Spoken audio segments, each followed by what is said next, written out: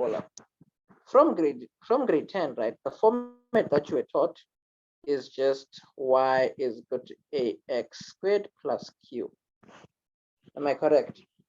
Yes. Yeah. This format firstly started like this, without anything. Now, when it's like this, what we know is that a picture, it's almost like something in its most basic format, a parabola in its most basic format. The image looks as follows. It's just a smiley face, if you want to call it. It's just something like this. It's not a smiley face per se, but I mean, this is what this graph looks like if you were to draw it out. This is all that it looks like. It's plain, it's grounded on the origin, it's just nothing. Now, the idea is with functions, right? When you will now want to change what you see can be affected by your equation. Meaning, as your equation changes, what it draws also changes. Let's give an example. So if you look at this value a here, right? The value a, if you think of it nicely, it's contributing to the y values that you eventually get as you put x values. So what I mean is, if you have a graph where, let's say, this a value is a 1, right? Say you had y is equal to 1x squared. This picture, we can maybe say it's this image here, right? But then the moment you start to increase this number of a, and it gets bigger and bigger and bigger and bigger and bigger, it means that the y values that you will be getting, they get bigger much faster than if a was a 1. Let me actually write it out so that I can say it again. If, let's say, a is a 2 now, from us seeing a as 1 and until us seeing a as 2, it's going to affect the rate at which the y values get bigger, you see. So the comparison in picture will be a scenario where this is just maybe additional information to be able to then explain what I'm going to explain. But your picture here would be a scenario where your graph goes up faster. So it will look a bit narrower, as opposed to one where the y values grow gradually. You see, this one is saying as the x values are moving, the y values are moving quite at a slightly higher jump. Do you get what I'm trying to say? Yeah. Yeah. So what I'm trying to say is that variables in your equation, they change what your picture looks like. So when an extra variable was now introduced here, it's not that it was never there. It was always there, but as long as a variable does not have a placeholder, it means that it's automatically a 0. And I'll show you why just now. So with y is equal to ax plus 2, your equation, you almost want to be looking at it as y is equal to ax squared plus 0. You know, because there's nothing there, so there's technically a 0. Now, the moment you want to add something here, like 1, 2, 3, or even a negative number, then you have to put a specific variable here to show that your original picture is starting to get affected. So original pictures where there's nothing next to your equation here, we already know that those will always be at the origin, as in the turning point will always be at the origin, 0 coordinate 0. This is what we know. So the moment we do have a variable here and it's not a 0 anymore, we usually then have a placeholder like q.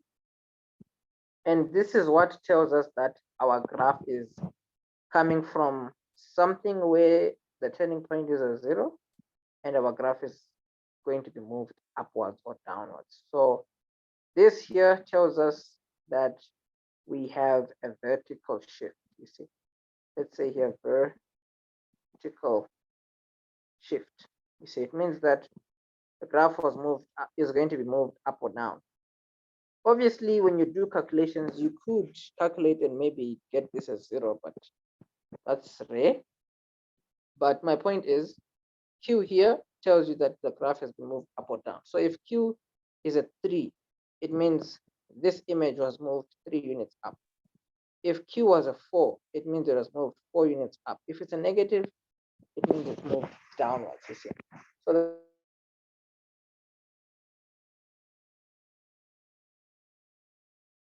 we're going to try anything. Let's say we have x squared plus 1. You see. So here we can leave this open and we know it's a 1, but here we cannot leave this open and assume it's 1. As long as this is left open, it's automatically a 0. You see. So the format that I can maybe write out here, let me say y is equal to ax squared plus 0, just for the vibe. But my point here is this image is going to be a graph that has only been moved upwards from its original state. So meaning it will be somewhere here. You see.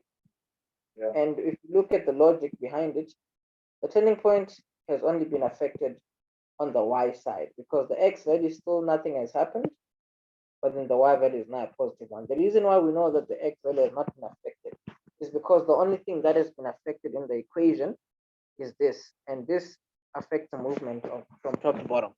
You see, that's why I said the equation is what tells you what the picture is going to look like.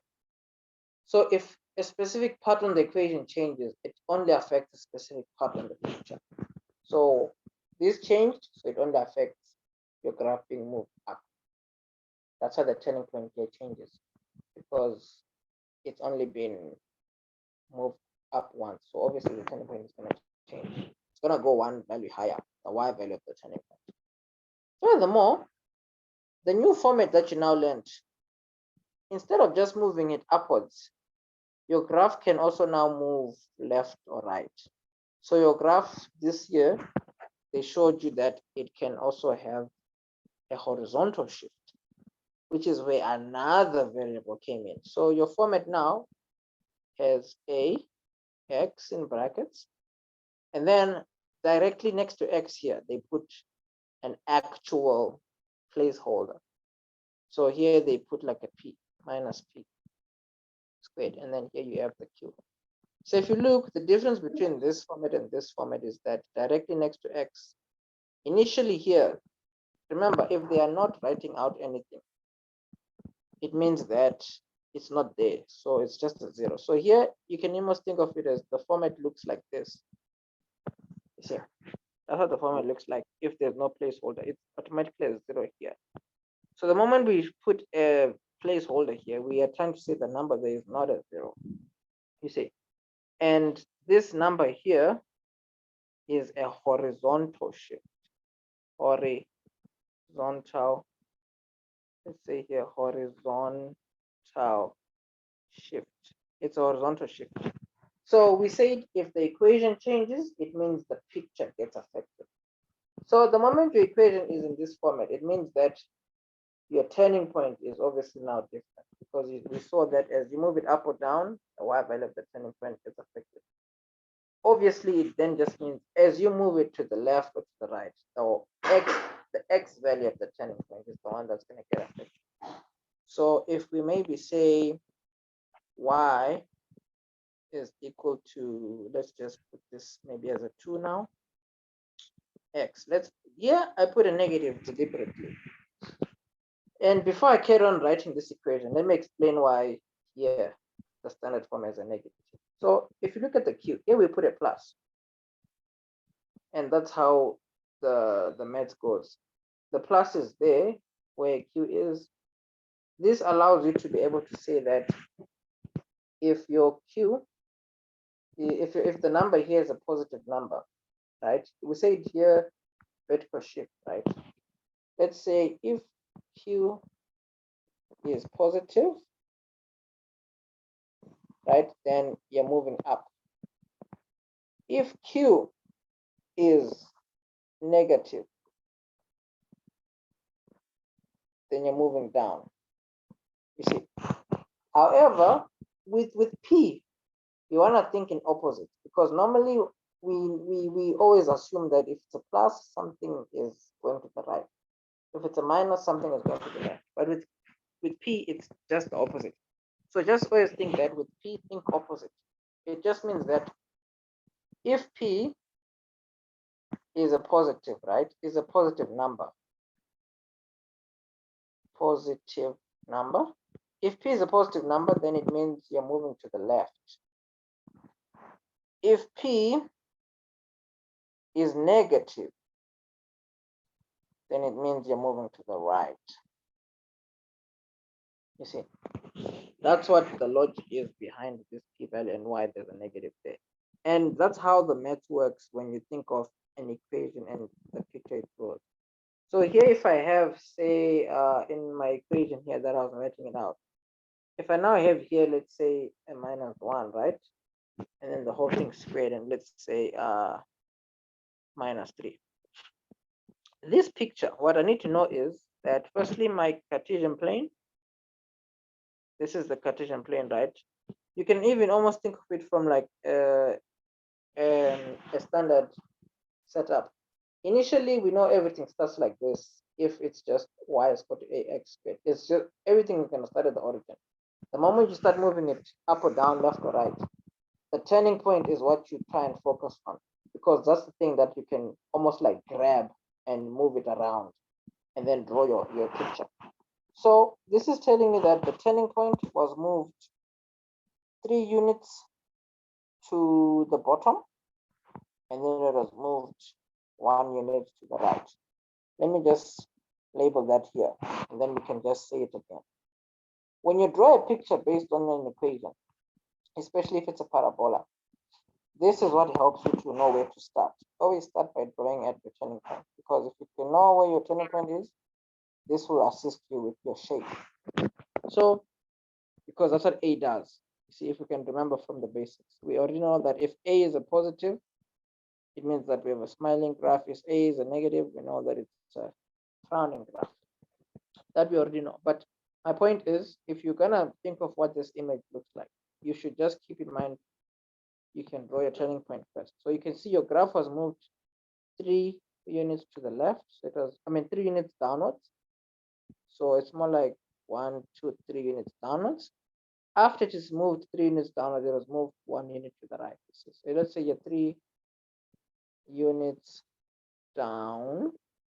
Afterwards, it was moved 1 unit right. So if we know that, you say here 3 units downwards and then 1 unit to the right, you see.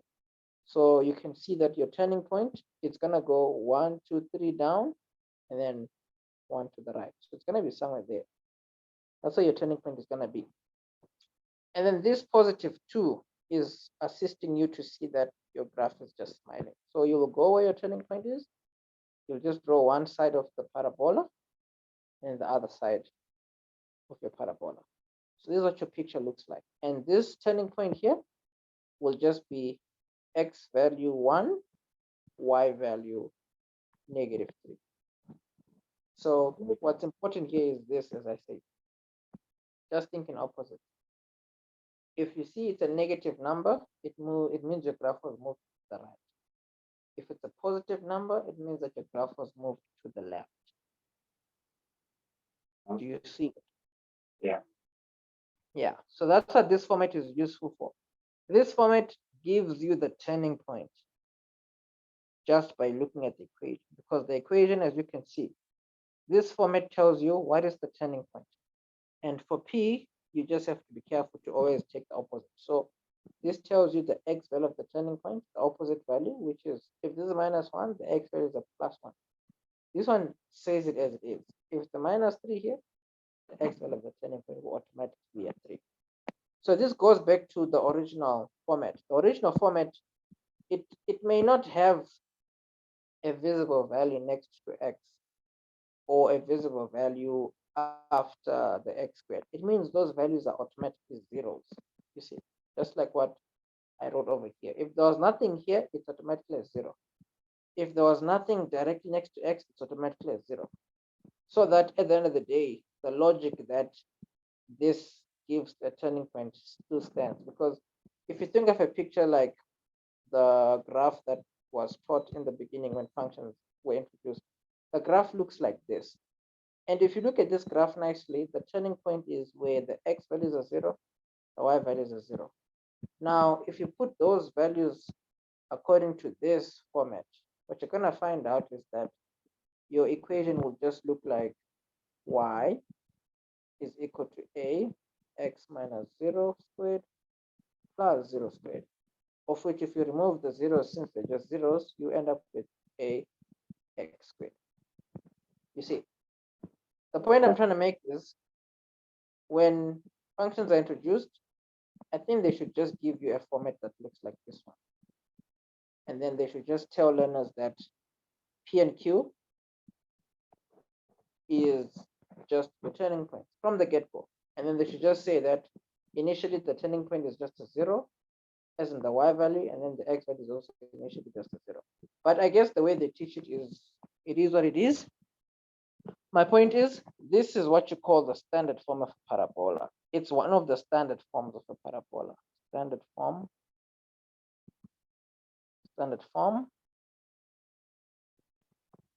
of a parabola.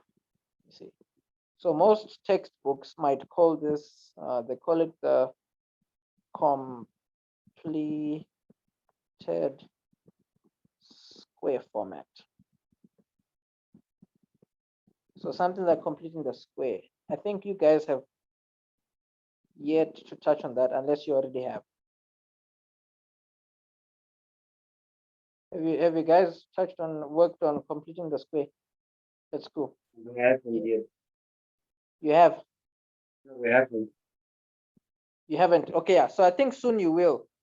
And then you don't have to worry about what I've written so far here.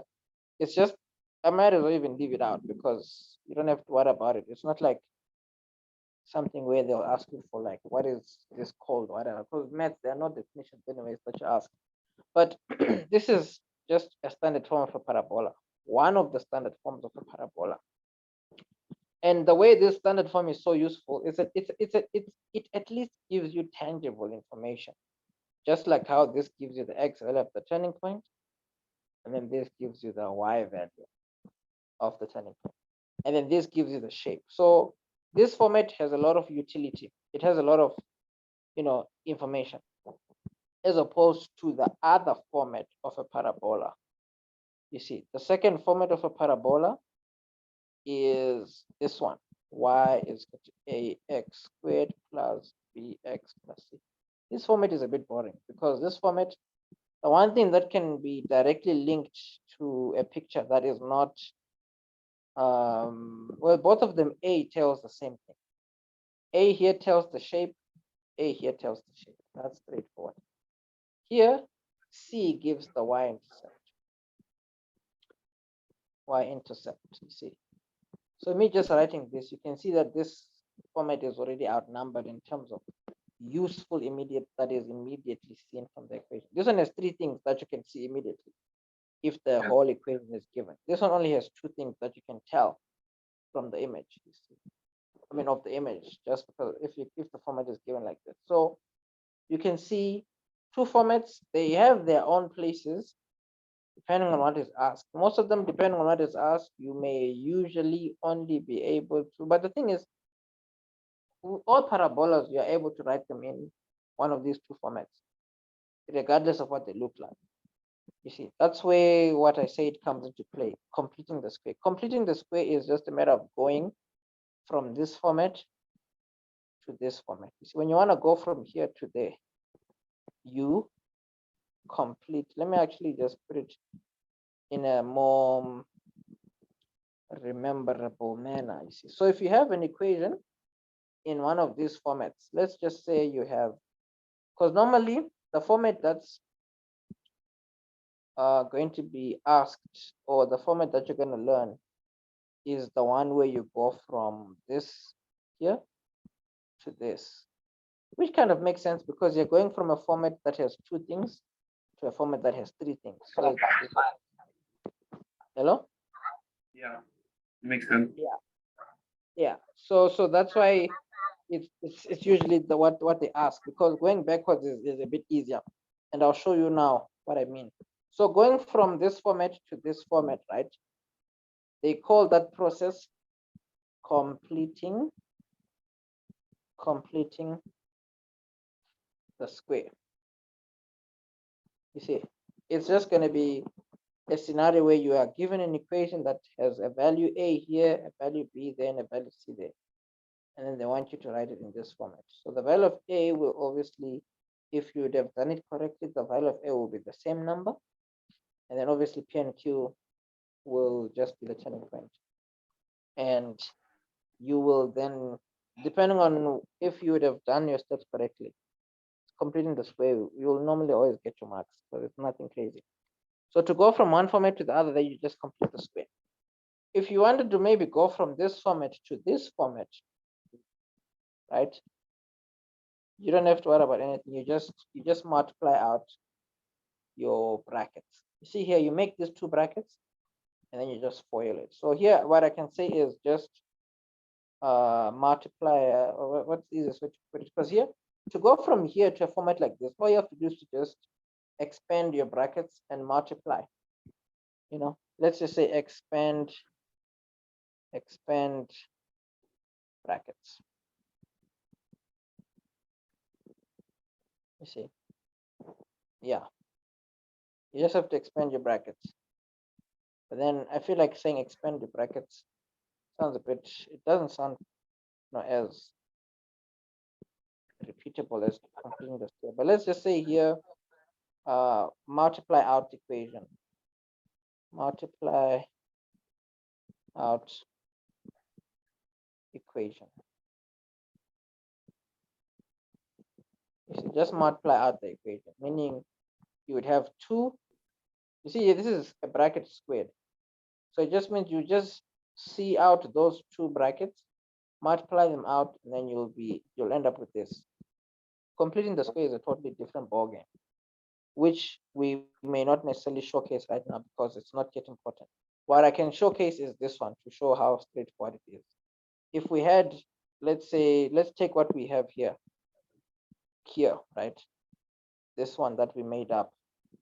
If we want to write this in another format, which is this one, right? It's gonna be easy, because to do it, you just do basic algebra, which is what we can show now. You see, here the y just stays there. 2 is outside, which we can keep out. We have x minus 1 here, x minus 1 here, and then the negative 3 there. So what's important is to remember that here we can multiply out the brackets and then multiply the 2. So let's keep the 2 out. X times x, we're going to get x squared, and then minus x again, plus 1. So let's see. X squared minus x plus 1. And then here, minus 3. So this being said, we have like 2 x squared. This is minus and a minus, so that's like minus 2x plus 1. And then we can multiply going inside. 2 inside here, 2x squared negative 4x plus 2 minus 3, right? And then this, you can see it's in the format that we have just spoken about. X squared, this here is going to give you negative 4x.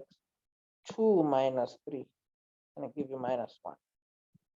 There you go. Do you see it? Oh, yeah, I see it. Yeah. So the idea now is for you to know that these 2 are different formats, but they draw the same picture. You see, and we can prove it just now. If we put in any x value in this format, and we put the same x value in this format, we should get the same answer. See, we should. So for example, if I put in, let's say, a 3, right?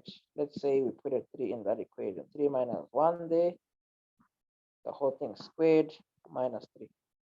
Here you're going to have 3 minus 1, which is a 2. 2 squared is a 4. 4 times 2 is 8. 8 minus 3 is a 5. So we get y is a 5. If we do the same here, we put x as 3. We're going to have 2 here times 3 squared, and for the 3 there, let me just do this here, do that.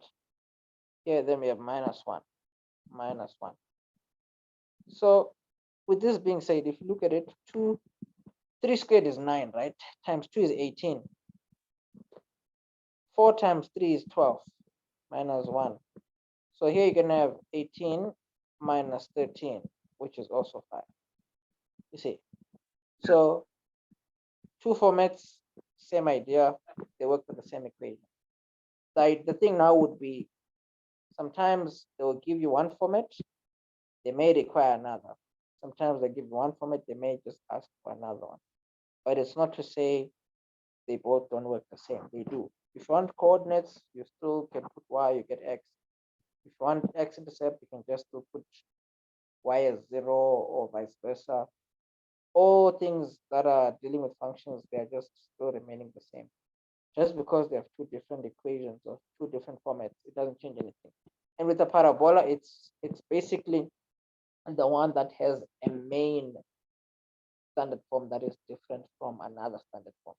All the other graphs, the usual standard forms that you see, they normally just stay the same. It's only really with something like a straight line graph where they'll give you a format that's different from y is equal to mx plus c. One of the formats that they normally give for a straight line graph is they'll say ax plus by plus c is equal to 0. This is something they like to do when they speak of a straight line graph. It's a bit rare, but not rare enough to say you don't see it from time to time. You actually do, even in like textbooks and all that. This is a format that they can sometimes ask you to put the equation of a straight line. But normally, again, to go from this format back to this one, you can just isolate y. And then to go from this format to this format, you can see it's almost as easy as putting everything on one side and leaving 0 over there. And normally you would want to do it until you usually don't have like any fraction. It's just like a common practice. But I think I've made my point when it comes to the movement of the graph going up or down. Unfortunately, this scenario that we have just explained of a graph being moved up or down and left or right, the way it affects the standard equation, it's similar to the way the standard equations will be affected for all the other graphs here. Because whenever you move a graph vertically, it's always represented by a number that's on the far right, just like a straight line. When it is moved vertically, like moving it up or down, this number on the far right gets affected. Same with the exponential graph. If it's moved up or down, this number gets affected. I mean, no, that's why parabola. With an exponential graph, if it moves up or down, this number is the one that gets affected. With a hyperbola, same idea. If you move it up or down, the number on the far right here, the standalone number is the one that gets that is meant to be moving the graph up or down. And then just like with the parabola here, the number directly next to x is the one that moves the graph from left to right. So here, if you have equations where there's a number directly next to x and it's in bracket, it means that your graph is being moved. Same with the parabola like we showcased.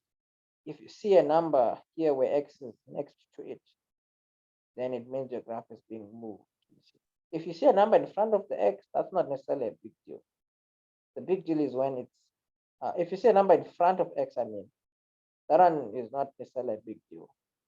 It's only a big deal when you see a number on the right side with like a plus or minus here. So that's when you know your graph has moved to the left or to the right.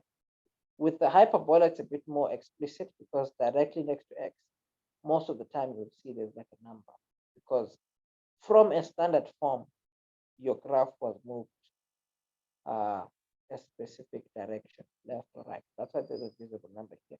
If there was no visible number there, that number would have been a 0.